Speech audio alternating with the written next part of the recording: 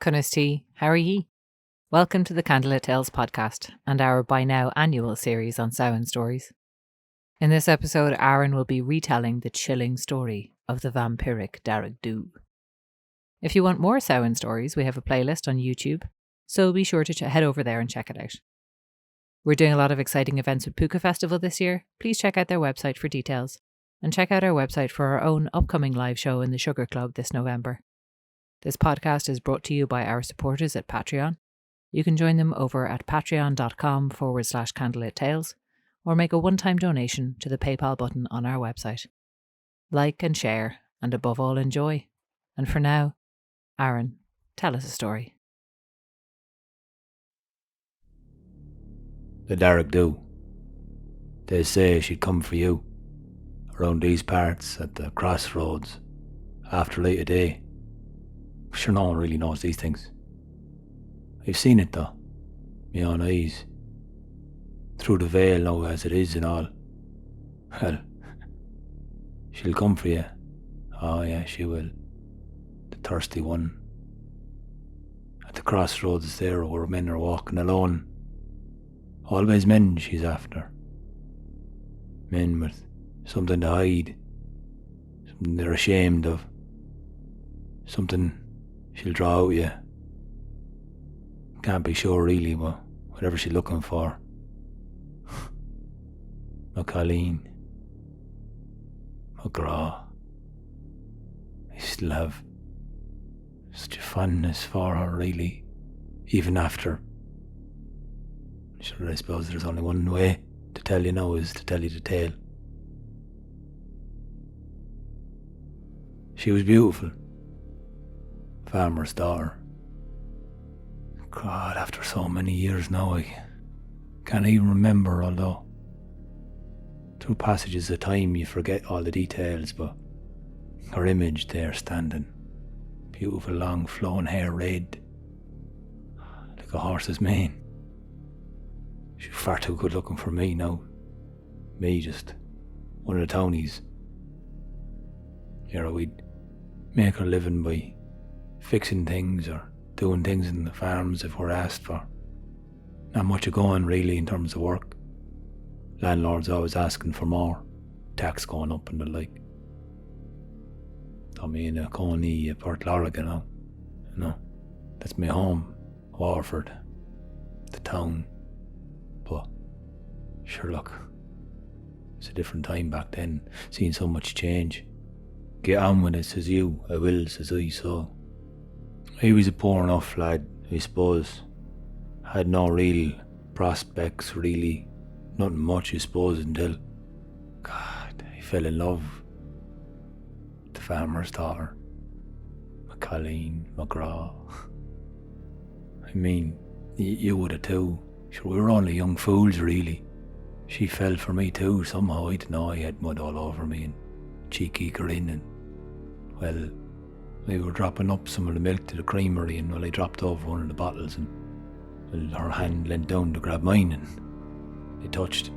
Sparks flew between us and I knew I couldn't let this girl go. I started courting her, you know, the way you do. Dropping off a few daisies, a few flowers. Always trying to avoid the father, you know. He wasn't too happy with the likes of me sniffing around his daughter, but I couldn't stay away. When she set her big blue eyes on me, I tell you, there was no stopping me. She was young, a couple of years younger than me, but I was young too. Well, rolling in the haystacks, I suppose. I swore to her I'd marry her. I'd make honest work. I'd work hard. I'd be in the fields all day just to put a roof over our head, no matter the tax, no matter the wage. I'd find a way, I would. Just have to convince her bloody father first. It was at the thrashing then. You know, all the towns come out and they show off what they've been doing. I suppose it's like the Puck Fair or the markets now. The landlord was there. Amadon, prick. Foolish, evil man he was too. Always asking my mother for more rent as well, and he knew well we didn't have it. Well, Rumour has it he saw Colleen McGraw, her beautiful red hair and her pale skin, and, well, once he saw her, well, that was it. He didn't know much about it. I was still making daisy chains to drop up to my Colleen McGraw, and well, my love wasn't there when I went up to see her the next night. She didn't meet me at the Folklore field.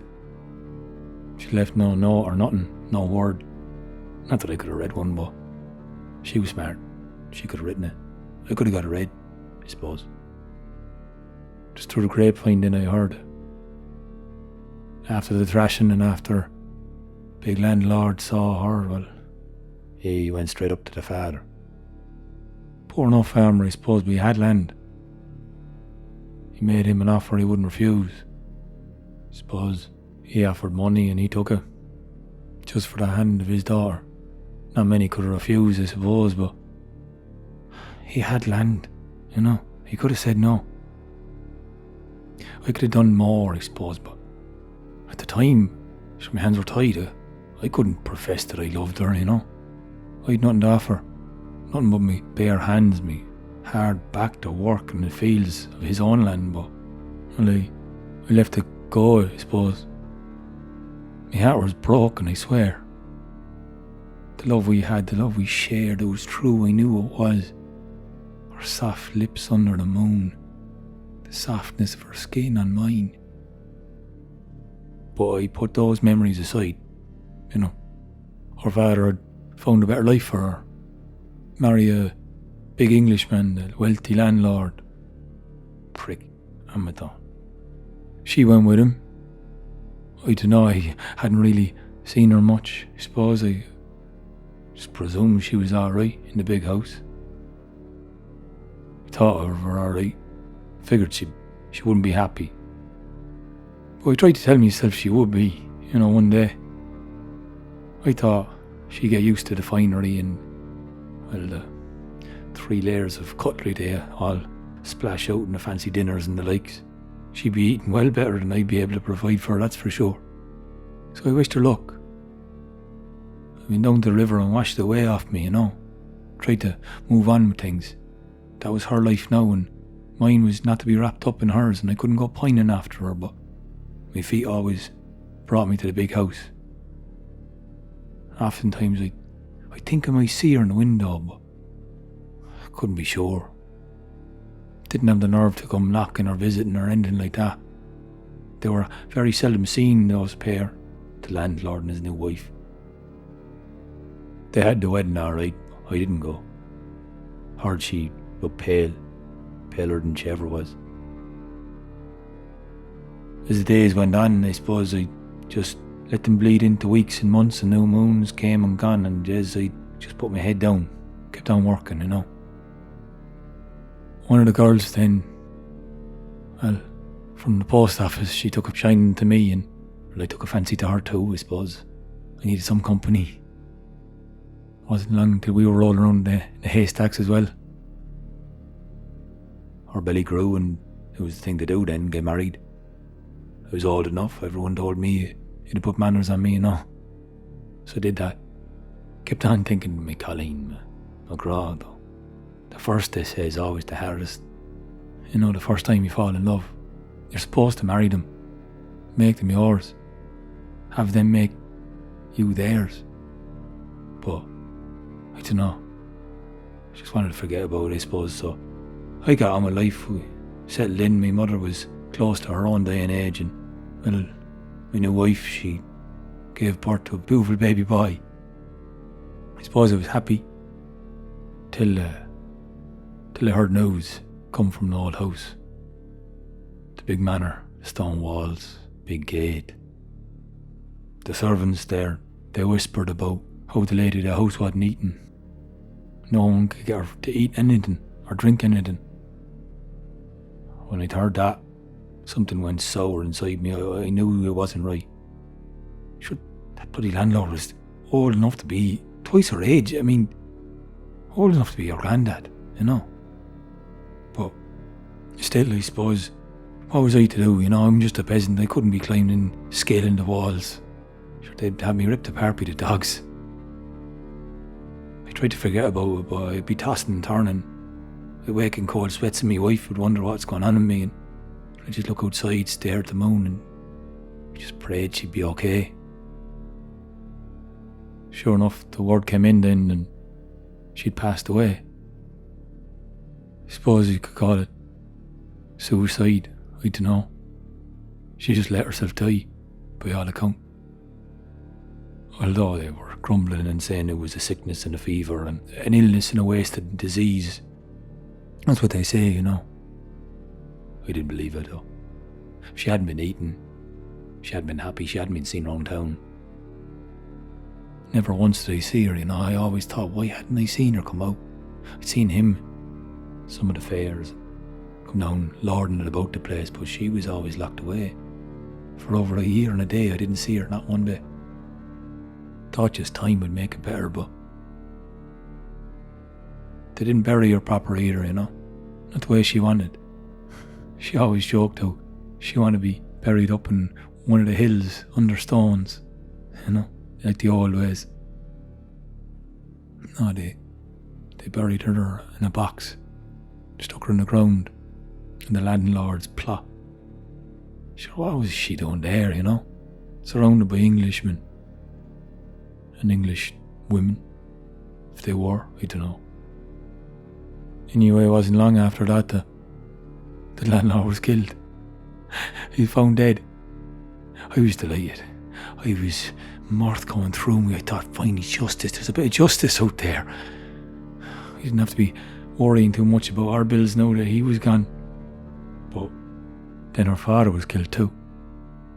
The rumours about how it happened was spooky enough, sent a chill down my spine, I'll tell you that. They were both drained of blood, they say. Cuts on their necks. And Dearg too, they say. The spirit from the other side of the veil coming through to punish them for what did they do? Well, I can only imagine the landlord. He did something. He did plenty wrong. There was plenty for him to pay for. And the father. Well, I don't know. I suppose he might have been guilty, alright. Selling his only daughter, you know. I was waking with cold sweats. I told my wife to maybe take the baby out to spend a bit of time with our own family for a while. Give me some peace and quiet around the house. So she agreed, not really knowing what was going on with me. My head was turning. The guilt was going through me, you know. Could I really have done anything at all? Well, me only love, my first and only, Macaulay McGraw, when she'd been trapped up there in a cold stone house, I did nothing, you know. I was thrashing and turning, there was like a weight in my chest. I should have done something, you know, I knew I should have. But it was too late now, and when the moon was bright, coming in the window, the door creaked open, and there she was. More beautiful than ever. Long, flowing red hair. Her skin so pale, her lips red and rosy, and she smiled at me. Macaulay McGraw, you're back to me. I fell into her arms and she fell into mine. Then she asked me, why didn't I come for her? I'd no answer, only I couldn't do anything. It wasn't my job to do anything.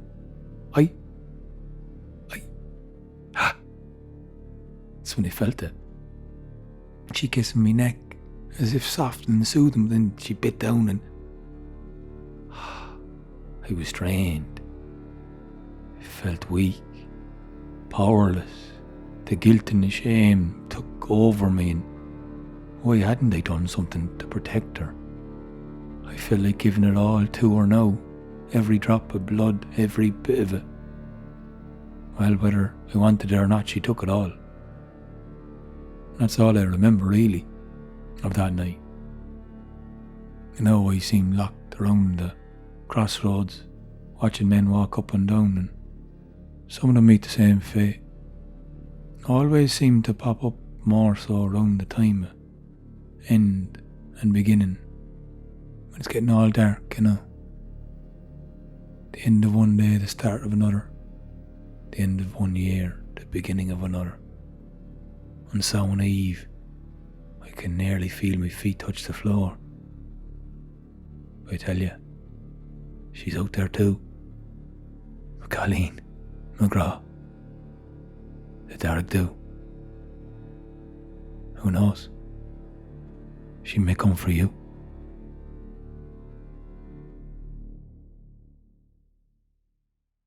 This podcast was produced and edited by Alan Homan, with music by Alan Homan. You can find out more about us on our website, candlelittales.ie. And we're on all social media, so like and follow us on Facebook, Instagram and Twitter at Candlelittales, or send us a message or get onto our mailing list. For more videos and live streams, like and subscribe to our Candlelit Tales YouTube channel, which now has a Candlelit Tales for Kids playlist. #candlelittletales. Liking and subscribing to our channel really helps us grow and get to more people. And if you're able to give us more direct support, you can chip in a few bob at patreon.com/candlelittales, or make a one-time donation through the PayPal button on our website. We also do really like to hear back from you with your questions and requests, so please feel free to contact us directly or leave your question in the comments section below, because what we really want to do is get these stories out there, share them with as many people as possible, so anything you can do to help, we really appreciate. And we really appreciate you listening. Gurb Mila Magad.